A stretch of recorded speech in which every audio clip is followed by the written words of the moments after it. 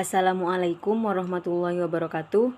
Perkenalkan, nama saya Salsabila Arifah Khofsah, NIM 211101080003. Prodi Tadris Biologi, Fakultas Tarbiyah dan Ilmu Keguruan, Universitas Islam Negeri Kiai Haji Ahmad Siddiq Jember. Di sini saya akan mempresentasikan makalah saya, yaitu tentang hadis doif, macam-macam hadis doif, serta status kehujahannya.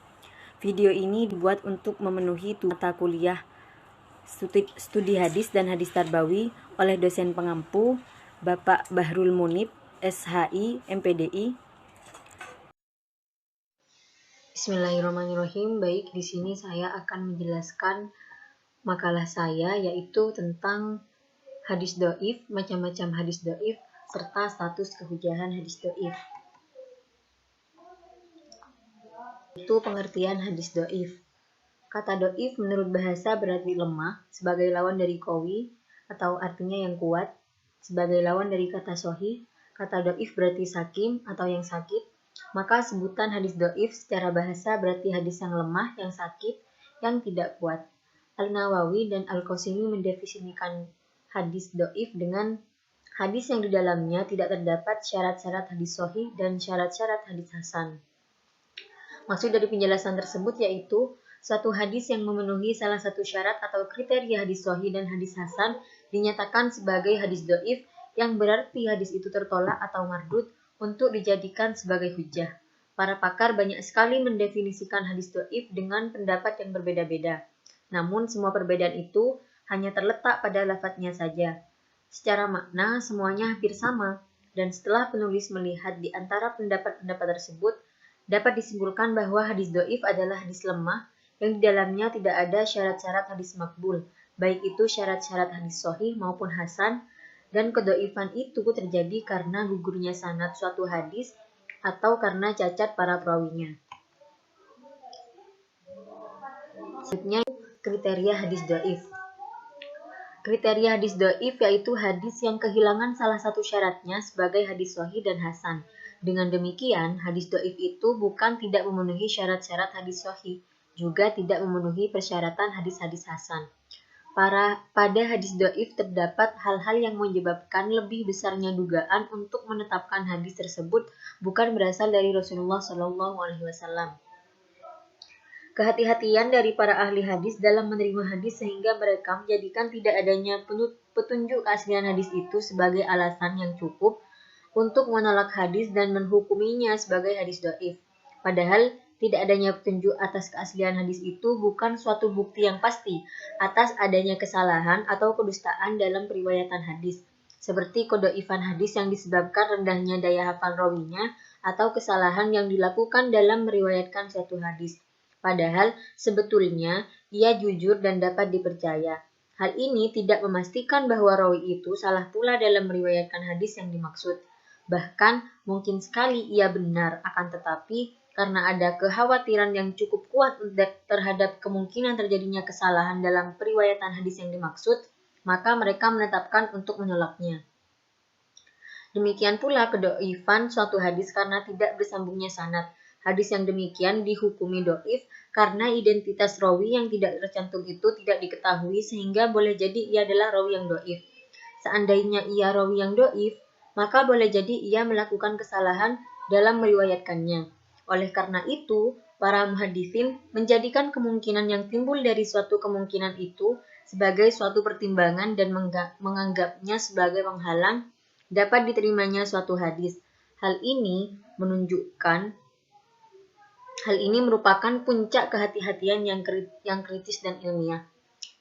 Dengan memandang definisi yang telah disebutkan tersebut, maka dapat diketahui bahwa kriteria-kriteria hadis doif adalah sebagai berikut. Yang pertama, sanadnya terputus. Yang kedua, periwayatnya tidak adil. Yang ketiga, periwayatnya tidak dhobit. Yang keempat, mengandung syadz atau kejanggalan. Dan yang kelima, mengandung ilat atau cacat. Selanjutnya, pembagian hadis doif. Pembagian hadis doif yang pertama yaitu 1, karena putus sanadnya. Yang dimaksud dengan sanadnya terputus adalah terputusnya mata rantai sanad disebabkan karena gugurnya satu atau dari sebagian perawi-perawi hadis, baik terputusnya secara sengaja atau tidak, baik secara jelas atau samar. Terputusnya perawi bisa terjadi pada awal, tengah, atau akhir sanad. Nah, karena pembagian hadis dhaif, karena putus sanadnya yang pertama, yaitu mu'allaq.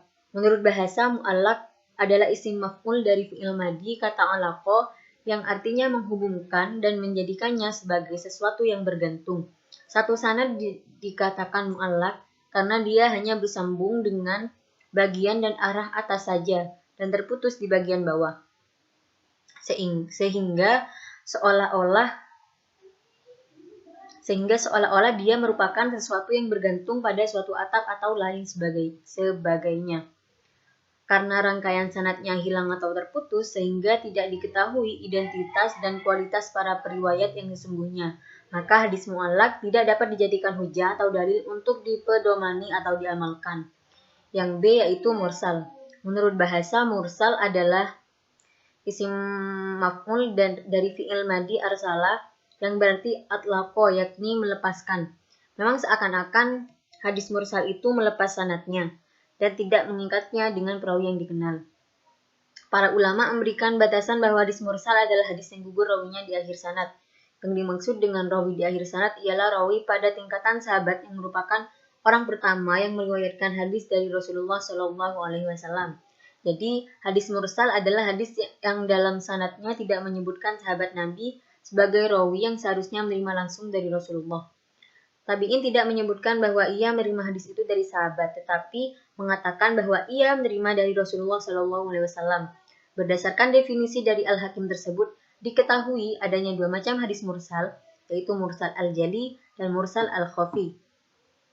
Nah, mursal al-jali yaitu tidak disebutkannya nama sahabat tersebut dilakukan oleh tabi'in besar atau senior, sedangkan mursal al-khafi yaitu gugurnya nama sahabat dilakukan oleh tabi'in kecil atau junior.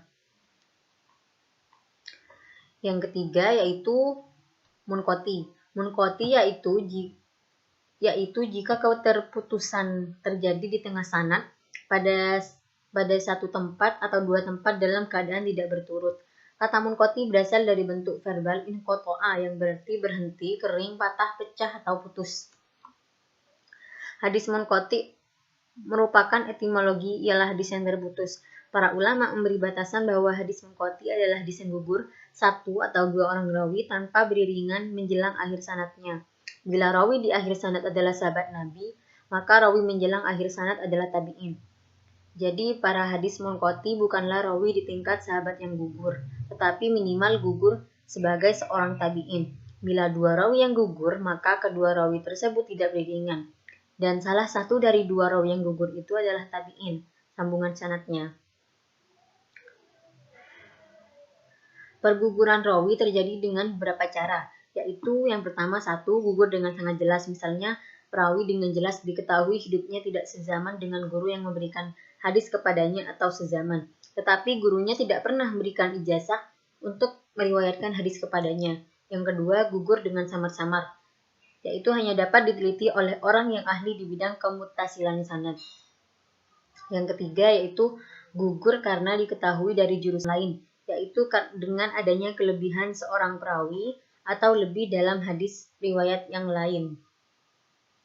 Seluruh hadis yang termasuk hadis dhaif yang tidak dibenarkan untuk dijadikan hujjah syar'iyah, terlebih untuk menjadi dalil pelaksanaan ibadah. Meskipun terdapat ulama yang memandang boleh dijadikan hujjah untuk keutamaan akhlak jika matanya tidak bertentangan dengan Al-Quran, As-Sunnah, mutawatirah dan dengan hadis sahih dan rasional. Selanjutnya mu'dhal. Mu'dhal yaitu keterputusan atau al-inqata secara berturut-turut dan terjadi di tengah sanad. Kata mu'dhal berasal dari kata abala yang berarti melemahkan, melelehkan, menutup rapat, atau menjadikan bercacat. Kata mu'dhal digunakan untuk jenis hadis tertentu karena pada hadis itu ada bagian yang lemah, tertutup, atau bercacat. Secara terminologi, menurut Muhammad Ajaj Al-Khatib, Hadis mu'dhal adalah hadis yang gugur dua orang sanadnya atau lebih secara berturut-turut. Jadi, hadis mu'dhal adalah hadis yang sulit dipahami. Batasan yang diberikan para ulama bahwa hadis mu'dhal adalah hadis yang gugur dua orang rawinya atau lebih secara beriringan dalam sanadnya. Selanjutnya yaitu mudallas. Mudallas berasal dari kata dallasa yang secara bahasa berarti menipu atau membunyikan cacat. Mudallas berarti suatu hadis yang terdapat di dalamnya tipuan atau cacat.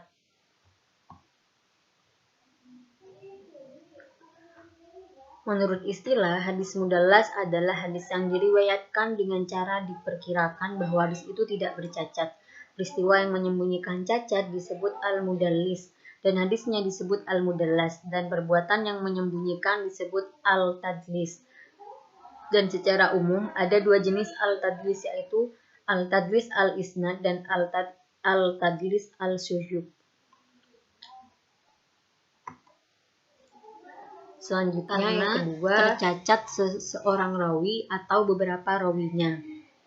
Yang pertama yaitu maudhu. Hadis maudhu adalah dusta yang dibuat-buat dan dinisbahkan kepada Rasulullah Shallallahu Alaihi Wasallam. Secara bahasa, maudhu berarti sesuatu yang digugurkan atau al-masqat, yang ditinggalkan atau al-matruk, dan diada-adakan atau al-muftara. Menurut istilah, hadis maudhu adalah pernyataan yang dibuat seseorang kemudian dinisbahkan kepada Nabi Shallallahu Alaihi Wasallam. Hadis maudhu diciptakan oleh pendusta dan disandarkan pada Rasulullah Shallallahu Alaihi Wasallam untuk memperdayai. Selanjutnya yaitu hadis matruk. Hadis matruk adalah hadis yang diriwayatkan oleh periwayat yang tertuduh sebagai pendusta. Menurut Mahmud Al-Tohan, sebab periwayat tertuduh dusta adalah yang pertama, hadis yang diriwayatkannya tidak diriwayatkan kecuali dari periwayat itu dan bertentangan dengan kaidah-kaidah yang telah diketahui. Selanjutnya, perawinya terkenal dalam pembicaranya sebagai pendusta, namun belum dapat dibuktikan bahwa ia sudah pernah berdusta dalam membuat hadis.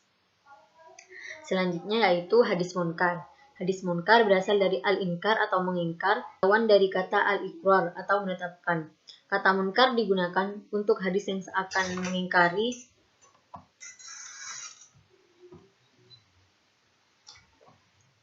atau berlawanan dengan hadis lain yang lebih kuat. Selanjutnya yaitu mudraj. Mudraj menurut istilah ilmu hadis, mudraj adalah hadis yang bentuk sanadnya diubah atau ke dalam matanya dimasukkan sesuatu kata atau kalimat yang sebetulnya bukan bagian dari hadis tersebut tanpa ada tanda pemisah. Selanjutnya yaitu maklub. Hadis maklub yaitu sebuah hadis yang diriwayatkan matanya. Kata al-maklub berasal dari kata al-qalb yang berarti mengubah sesuatu dari keberadaannya. Jadi hadis maklub adalah hadis yang di dalamnya periwayat menukar suatu kata atau kalimat dengan kata atau kalimat yang lain. Selanjutnya yaitu mazid. Hadis mazid adalah sebuah hadis yang mendapat tambahan kata atau kalimat yang bukan berasal dari hadis itu baik sanad maupun matan. Tambahan dapat terjadi pada sanad atau matan. Tambahan pada sanad dilakukan dengan menambah nama periwayat atau memarfukan hadis mauquf dan mewausulkan hadis mursal. Selanjutnya muttarib. Menurut istilah hadis muttarib adalah hadis yang diriwayatkan dengan cara yang berbeda-beda tetapi sama dalam kekuatannya. Selanjutnya yaitu hadis mushaf. Menurut Mahmud Al-Tohan, istilah mushaf berarti perubahan kata dalam hadis pada selain yang diriwayatkan oleh periwayat siqah baik secara lafal maupun makna. Al-Farisi mendefinisikan hadis mushaf dengan hadis yang mengalami perubahan lafal maupun makna, baik perubahan karena faktor pendengaran atau penglihatan yang terjadi pada sanad atau matan. Yang ke-10 yaitu majhul. Menurut istilah hadis majhul adalah hadis yang tidak diketahui jati diri periwayat atau keadaannya. Jadi dalam hal ini periwayat tidak diketahui jati diri dan kepribadiannya atau kepribadiannya diketahui tetapi tidak diketahui keadilan dan kedobitannya. Selanjutnya hadis ma'ruf, yaitu satu hadis yang diriwayatkan oleh rawi yang lemah serta menentang riwayat dari rawi yang lebih lemah. Yang dikatakan rawi lemah dalam definisi tersebut adalah orang yang menganggap perkataan Ibnu Abbas dalam contoh hadis mungkar, hadis yang rawinya lemah ini disebut ma'ruf. Yang selanjutnya yaitu mu'allal, suatu hadis yang telah diteliti dan penyeleksian ada salah sangka yang dilakukan perawinya dengan mewasolkan atau menganggap bersambung suatu sanad, hadis yang munqati atau terputus, dan memasukkan hadis kepada hadis yang lain yang semisal dengan itu. Selanjutnya yaitu syadz. Menurut istilah syadz adalah hadis yang diriwayatkan oleh periwayat thiqah dan bertentangan dengan riwayat oleh periwayat yang lebih thiqah. Selanjutnya yaitu muharraf. Muharraf yaitu hadis yang mukhalafahnya terjadi disebabkan karena perubahan syakal, kata, atau baris dengan masih tetapnya bentuk tulisannya. Satu hadis yang harokat dan sukun dari huruf yang ada pada matan atau sanadnya berubah dari asalnya. Yang selanjutnya yaitu mukhtalif, hadis yang rawinya buruk hafalannya disebabkan sudah lanjut usia, tertimpa bahaya, terbakar, atau hilang kitab-kitabnya. Selanjutnya yaitu riwayat ahli bid'ah. Tiap-tiap perkara, perbuatan, atau perjalanan yang baru timbul disebut dengan bid'ah. Bid'ah yang dikehendaki oleh ahli hadis adalah perjalanan, pendirian, atau kepercayaan yang dipegang oleh seseorang atau sesuatu golongan. Dilihat dari sisi kejanggalan dan kecacatan, yaitu hadis syadz dan hadis mu'allal. Sebelumnya, hadis syadz dan hadis mu'allal sudah dijelaskan pada slide sebelumnya, yaitu dilihat dari sisi matan. Hadis dhaif yaitu terdiri dari hadis mauquf, yaitu hadis yang diriwayatkan dari para sahabat baik berupa perkataan, perbuatan, atau takrirnya, baik dalam periwayatannya bersambung atau tidak. Pembahasan selanjutnya yaitu status kehujahan hadis dhaif. Nah, setelah dikaji lebih mendalam terjadi perbedaan pendapat di dalam menjadikan hadis ini sebagai hujjah sebagai berikut. Yang pertama, haram. Haram di sini secara mutlak menurut sebagian kecil ulama seperti Al-Hafiz Ibnu Al-Arabi Al-Maliki, Ibnu Syam, Syihab Al-Khafaji, Ahmad Syakir, dan lain-lain. Yang kedua, boleh. Boleh di sini boleh secara mutlak menurut Imam Ahmad bin Hanbal, Imam Daud, dan lain-lain. Bahkan menurut kesepakatan Hanafiyah lebih memprioritaskan hadis dhaif daripada qiyas. Selain itu, Imam Malik juga memprioritaskan hadis mursal, munqati, mu'allaq, dan ucapan sahabat daripada qiyas. Selanjutnya kondisional. Kondisional di sini menurut mayoritas ulama, jika berkaitan dengan akidah dan hukum, halal dan haram, maka tidak boleh. Sedangkan bila berkaitan dengan keutamaan amal, menakut-nakuti, dan memotivasi amal, tafsir, dan cerita, maka boleh. Golongan-golongan status kehujahan hadis dhaif. Yang pertama, ada 3. Yang pertama, 1. Kalangan yang menolak mentah-mentah hadis dhaif. Yang kedua, kalangan yang menerima hadis dhaif. Dan yang ketiga, kalangan menengah. Kalangan menengah ini bisa disebut sebagai kalangan yang kondisional, yang seperti disebutkan yang telah dijelaskan sebelumnya. Selanjutnya yaitu kitab-kitab yang memuat hadis dhaif, yaitu kitab Al-Mawdu'at karya Al-Imam Al-Hafiz Abu Faraj Abdul Rahman bil Jauzi pada tahun 579 Hijriah. Selanjutnya yaitu Al-Lali Al-Masnu'ah fi Al-Hadis Al-Mawdu'ah karya Al-Hafiz Jalaluddin Al-Suyuti pada tahun 911 Hijriah. Selanjutnya yaitu Tanzih Al-Syariah Al-Marfud an Al-Hadis Al-Syaniyah Al-Mawdu'ah karya Al-Hafiz Abu Al-Hasan Ali bin Muhammad bin Iraq Al-Kannani pada tahun 963 Hijriah. Selanjutnya yaitu Al-Manar Al-Munif fi Shahih wa Al-Dafi karya Al-Hafiz Ibnu Qayyim Al-Jauziyah pada tahun 751 Hijriah. Dan yang terakhir yaitu Al-Masnu fi Al-Hadis Al-Mawdu' karya Ali Al-Qori pada tahun 1014 Hijriah. Selanjutnya yaitu hadis dhaif pada dasarnya adalah tertolak dan tidak boleh diamalkan. bila dibandingkan dengan hadis sahih dan hadis hasan. Namun para ulama melakukan pengkajian terhadap kemungkinan dipakai dan diamalkannya hadis dhaif, sehingga terjadi perbedaan pendapat di antara mereka. Ada 3 pendapat di kalangan ulama mengenai penggunaan hadis dhaif. Yang pertama, hadis dhaif tidak bisa diamalkan secara mutlak, baik mengenai fadail amal maupun ahkam. Pendapat ini diperpegangi oleh Yahya bin Ma'in, Bukhari dan Muslim, Ibnu Hazm, Abu Bakar Ibnu Arabi. Yang kedua yaitu hadis dhaif bisa digunakan secara mutlak. Pendapat ini dinisbahkan kepada Abu Daud dan Imam Ahmad. Keduanya berpendapat bahwa hadis dhaif lebih kuat dari ra'yu perorangan. Selanjutnya yang ketiga yaitu sebagian ulama berpendapat bahwa hadis dhaif bisa digunakan dalam masalah fadail amal bila memenuhi beberapa syarat.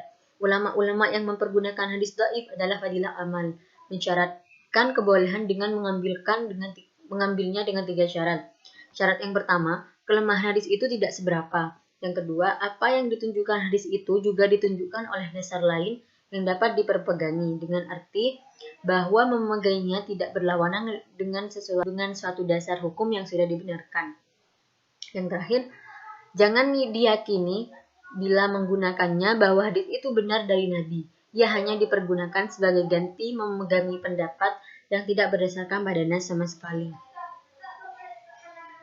Selanjutnya itu penyalahgunaan hadis dalam kehidupan.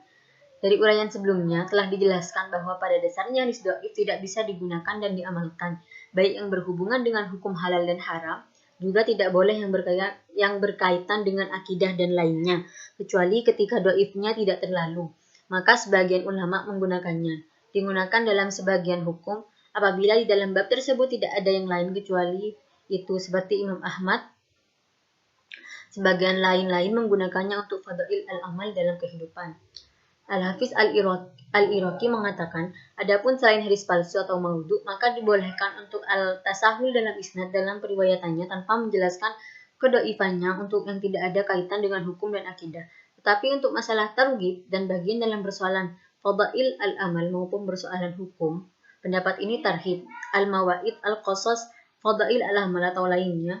Sementara untuk hukum yang berkaitan dengan halal dan haram dan lainnya, juga akidah seperti yang berkaitan sifat-sifat Allah Subhanahu wa taala yang jaiz dan mustahil dan selainnya tidak diperbolehkan sama sekali tasahul dalam hal tersebut.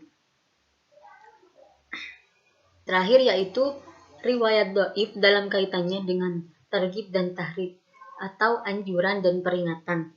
Jika dikatakan hal ini merupakan sanggahan terhadap para imam yang mengacu pada hadis-hadis yang tidak sampai pada derajat sahih, sebagaimana mereka menetapkan syarat kesahihan isnad, mereka juga menetapkan bahwa terkait hadis tarhib dan targhib tidak dikenai syarat kesahihan isnad dalam periwayatan sebagai acuan. Akan tetapi, jika isnadnya sahih, ini lebih baik. Jika tidak masalah apabila orang meriwayatkan dan menjadikannya sebagai acuan. Ini sebagaimana yang dilakukan para imam seperti Malik dalam Al-Muwatta, Ilmu Al-Mubarak dalam Raqaiq, dan Ahmad bin Hanbal dalam Raqaiq karyanya Sufyan dan Jam'ul Khair serta yang lainnya. Setiap riwayat yang masuk dalam kategori ini merujuk pada sisi targhib dan tarhib. Jika riwayat seperti itu dijadikan sebagai acuan, boleh pula hal serupa dijadikan sebagai rujukan seperti terkait sholat gaib, mi'raj dan malam nisfu Sya'ban, malam sepertama hari Jumat bulan Rajab, sholat iman, sholat pekanan, sholat bakti kepada kedua orang tua hari Asyura, puasa Rajab tanggal 27 Rajab dan semacamnya. Semua ini merujuk pada sisi targhib atau dorongan untuk berbuat baik. Sholat secara global merupakan ketentuan yang pada dasarnya fardhu. Demikian pula dengan puasa dan sholat malam. Ini semua merujuk pada sisi kebaikan yang keutamaannya disampaikan secara khusus.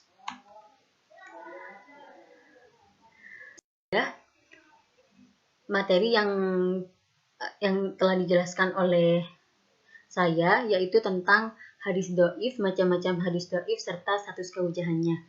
Terima kasih dan semoga bermanfaat. Demikian presentasi yang dapat saya sampaikan. Kurang lebihnya mohon maaf. Semoga bermanfaat. Wassalamualaikum warahmatullahi wabarakatuh.